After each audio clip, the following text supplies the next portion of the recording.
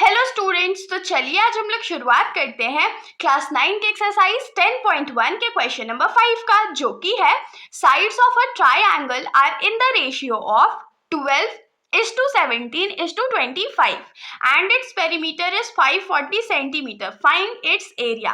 तो इस क्वेश्चन में हम लोगों को क्या बोला गया है कि हमारे पास एक ट्रायंगल है जिसका साइड जो है वो एग्जैक्टली हम लोगों को नहीं गिवन है, वो हम लोगों को रेशियो में गिवन है। और रेशियो क्या है? 12:17:25।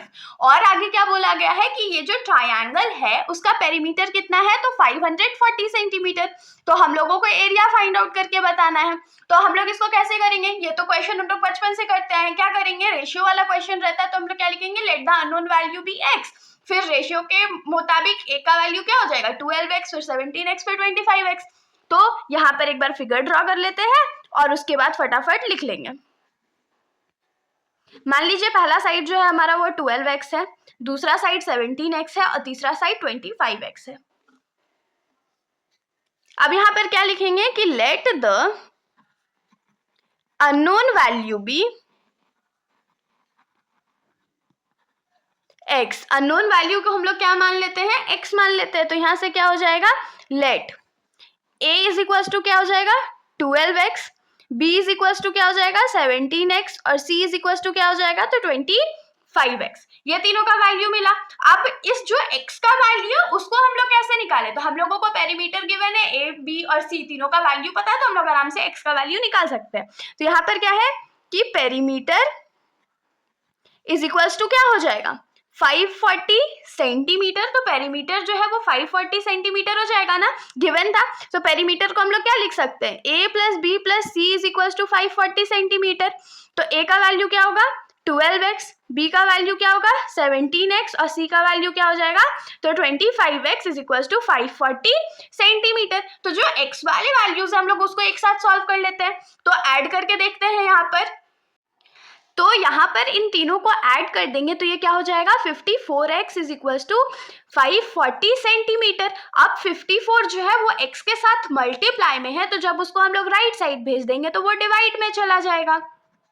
तो जब 540 को 54 से डिवाइड करेंगे तो ये 10 टाइम्स में जाएगा ना। तो x का वैल्यू जो है वो हमारे पास क्या आ गया? 10 सेंटीमीटर आ गया। तो x का वैल्यू 10 सेंटीमीटर है। तो नाउ a का वैल्यू हमारा क्या था? 12x था। तो ये क्या हो जाएगा? 12 into 10 centimetre, that is 120 centimetre. b का वैल्यू हमारा क्या था? 17x था। तो ये क्या हो जाएगा? 17 into 10 centimetre, that is 170 centimetre. और c का जो वैल्यू था वो हमारा क्या था? 25x था। तो ये क्या हो जाएगा? 25 into 10 centimetre, that is 250 centimetre. तो अब तो ट्रायंगल का जो तीनों साइड्स था उसका वैल्यू मिल गया है। अब अगर उसका वैल्यू मिल गया है तो हेरॉन्स फॉर्मूला के थ्रू हम लोग ट्रायंगल का एरिया तो निकाल ही सकते हैं। तो उसके लिए सबसे पहले हम लोगों को क्या चाहिए? सेमी पेरीमीटर चाहिए। तो semi perimeter that is s. S का वैल्यू क्या हो जाएगा? a plus b plus c divided by 2। तो a का वैल्यू क्या हो जाएगा? 120 centimetre plus 170 centimetre plus 250 centimetre divided by 2। तो अब इन तीनों को हम लोग ऐड करते हैं तो 0 0 0 क्या हो जाएगा? 0। 2 और 5 कितना होता है? 7 और 7 प्लस 7 14। तो 4 रह गया, बाकी हाथ में रहा 1। 1 प्लस 1 प्लस 2 4 और एक हाथ में था तो 540 डिवाइडेड बाई 2 सेंटीमीटर। ये इसको आप लोग चाहते तो सेमी पेरीमीटर पेरीमीटर बाई 2 भी कर सकते थे। तो अब इसको हम लोग यहाँ पर डिवाइड कर देते हैं। तो 2 के टेबल में 2 टाइम्स में, फिर 7 टाइम्स में, फिर 0 टाइम्स में। तो हमारा जो सेमी पेरीमीटर आ गया वो कितना है? तो 270 सेंटीमीटर है। अब हम लोग वैल्यूज पुट कर लेते हैं। तो लिखेंगे यहाँ पर यूजिंग हेरॉन्स फॉर्मूला,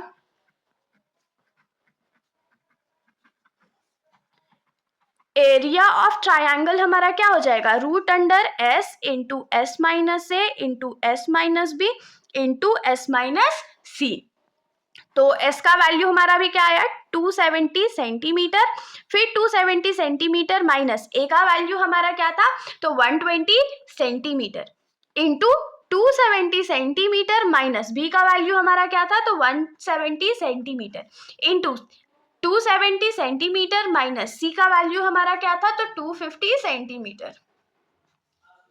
तो ये क्या हो जाएगा? रूट अंडर 270 सेंटीमीटर इंटू 270 में 120 माइनस करेंगे तो क्या बचेगा, 7 में से 2 गया तो 5 और 2 में से 1 गया तो 1, 150 सेंटीमीटर इंटू 270 में 170 माइनस करेंगे तो 100 सेंटीमीटर हो जाएगा इंटू 270 में 250 माइनस करेंगे तो ये 20 सेंटीमीटर हो जाएगा।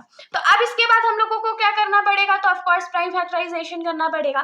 तो प्राइम फैक्टराइजेशन जिनको नहीं आता है वो लोग मेरे चैनल की प्लेलिस्ट पर जाकर के देख सकते हो। टॉपिक का नाम है वहाँ बेसिक मैथ्स कॉन्सेप्ट, जिसमें बहुत अच्छे से प्राइम फैक्टराइजेशन करने के लिए बताया गया है। अब हम लोग इसका प्राइम फैक्टराइजेशन करते हैं। तो प्राइम फैक्टराइजेशन करने के लिए सबसे पहले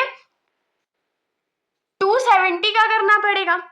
तो 270 का प्राइम फैक्टराइजेशन करिए, 3 के टेबल में 90 टाइम्स में, 3 के टेबल में 30 टाइम्स में, फिर 3 के टेबल में 10 टाइम्स में और फिर 2 के टेबल में 5 टाइम्स में। तो ये क्या हो जाएगा, 3 इंटू 3 इंटू 3 इंटू 2 इंटू 5। 150 का प्राइम फैक्टराइजेशन क्या होगा, 3 इंटू 5 क्या होता है, 15 होता है और 2 5 10 होता है। तो ये 150 का प्राइम फैक्टराइजेशन हो गया। अगर आप लोग चाहो तो खुद से करके भी देख सकते हो। 100 का प्राइम फैक्टराइजेशन क्या होता है, 2 5 10 और फिर 2 5 10, तो ये 100 का हो गया।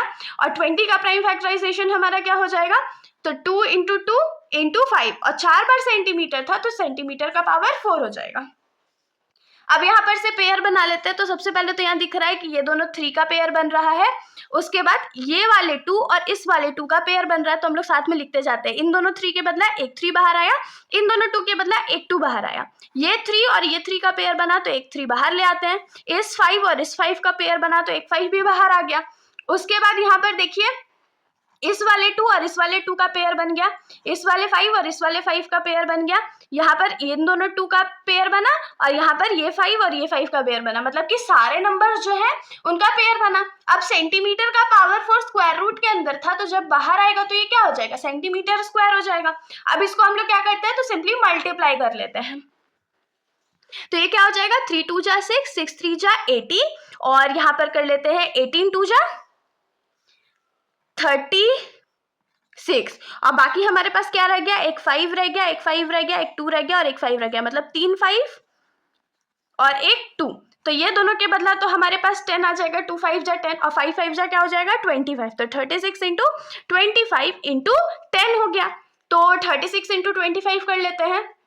तो 6 5 जा 30, 3 5 जा 15, 3 18 हो गया, 6 2 जा 12, बाकी हाथ में रहा 1, 3 2 जा 6 1 7, तो 0 10, बाकी हाथ में रहा 1 और ये 9। तो ये क्या हो गया 900 और एक 0 इसका 900 सेंटीमीटर स्क्वायर। तो यहाँ पर क्या लिखेंगे, therefore area of triangle is equals to 9000 centimetre square. और यही हमारा आंसर हो गया। तो इसके साथ हमारा ये जो सॉल्यूशन है यहीं पर खत्म हो जाता है। अगर आप लोगों को कोई भी डाउट हो तो आप लोग बेशक कमेंट सेक्शन में पूछ सकते हैं, वरना अगर आप लोगों को वीडियो अच्छी लगी तो वीडियो को लाइक करिएगा और मेरे चैनल को बिना सब्सक्राइब करे कहीं भी मत जाइएगा। Thank you.